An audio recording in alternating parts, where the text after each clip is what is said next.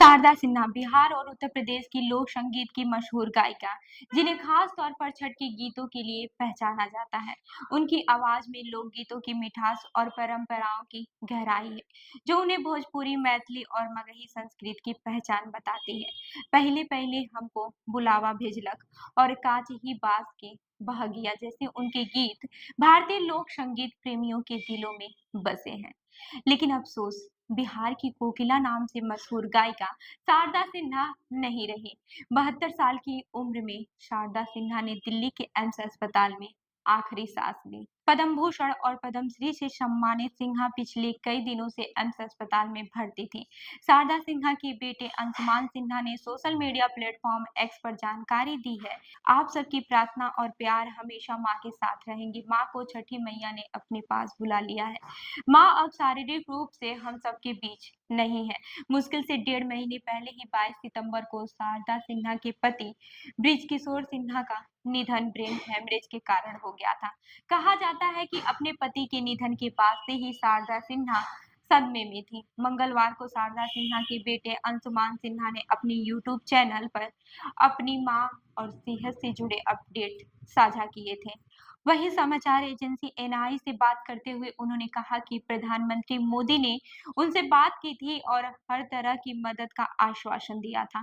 संयोग है कि जिस छठ महापर्व के गीतों के लिए शारदा सिन्हा ज्यादा जानी जाती हैं, उसी पर्व के दौरान उनका देहांत हुआ।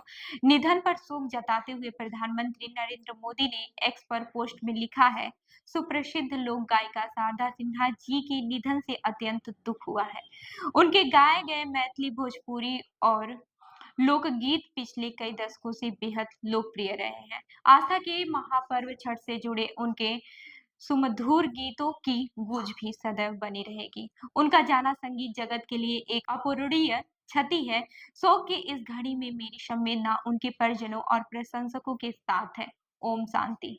बिहार के मुख्यमंत्री नीतीश कुमार ने शोक जताते हुए कहा कि शारदा सिन्हा के छठ महापर्व पर सुरीली आवाज में गाए गए मधुर गाने बिहार और उत्तर प्रदेश समेत देश के सभी भागों में गूंज सकते हैं। उनके निधन से संगीत के क्षेत्र में अपूरणीय क्षति हुई है। आरजेडी के राष्ट्रीय लालू प्रसाद यादव, पूर्व मुख्यमंत्री श्रीमती राबड़ी देवी और तेजस्वी प्रसाद यादव ने निधन पर गहरी शोक जताया है।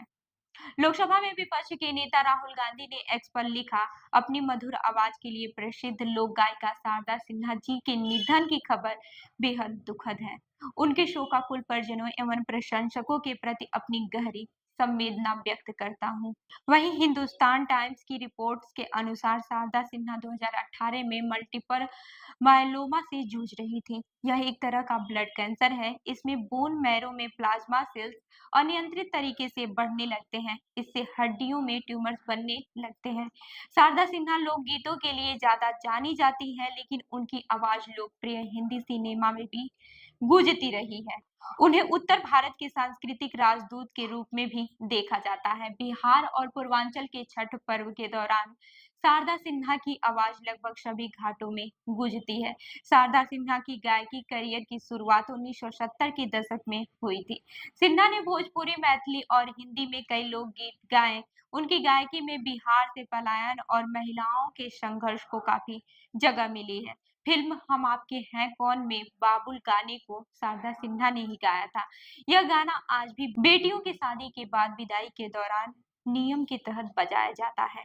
वहीं 2018 में शारदा सिन्हा को भारत के तीसरे सर्वोच्च नागरिक सम्मान पद्म भूषण से सम्मानित किया गया था। शारदा सिन्हा के गाए गीत कई मौकों पर अनुष्ठानों में नियम के तहत शामिल होते हैं। वे चाहे जन्म का उत्सव हो या फिर मृत्यु का शोक, चाहे त्योहार हो या मौसम का करवट लेना। हालांकि शारदा सिन्हा के परिवार में गायकी की कोई पृष्ठभूमि नहीं थी, लेकिन उनके पिता ने भाप लिया था कि उनकी बेटी के भीतर संगीत की जमीन बहुत उर्वर है। शारदा सिन्हा ने 2018 में द हिंदू से बातचीत में कहा था कि मेरे पिता हम भाई बहनों को पूरी छूट देते थे, जो पसंद है वही काम करो। मेरे पिता शिक्षा विभाग में थे।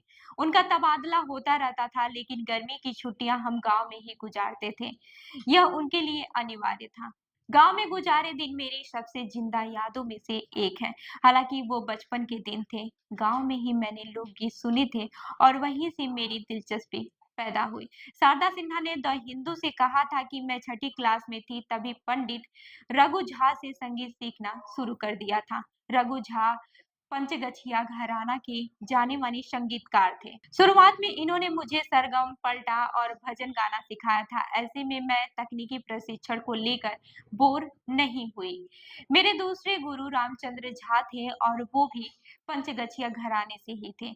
अब बात कर लेते हैं शारदा सिन्हा के पिता और पति के साथ के बारे में। शारदा सिन्हा का जन्म साल 1953 में बिहार के सुपौल के हुलास गांव में हुआ था। उनके पिता बिहार सरकार के शिक्षा विभाग में अधिकारी थे और उन्होंने उसमें गायकी के गुण देखने के बाद उसे सींचने का फैसला किया था। पिता सुखदेव ठाकुर ने 55 साल पहले दूरदर्शिता देखते हुए उन्हें नृत्य और संगीत की शिक्षा दिलवानी शुरू कर दी थी और घर पर ही एक शिक्षक आकर शारदा सिन्हा को शास्त्रीय संगीत की शिक्षा देने लगे थे।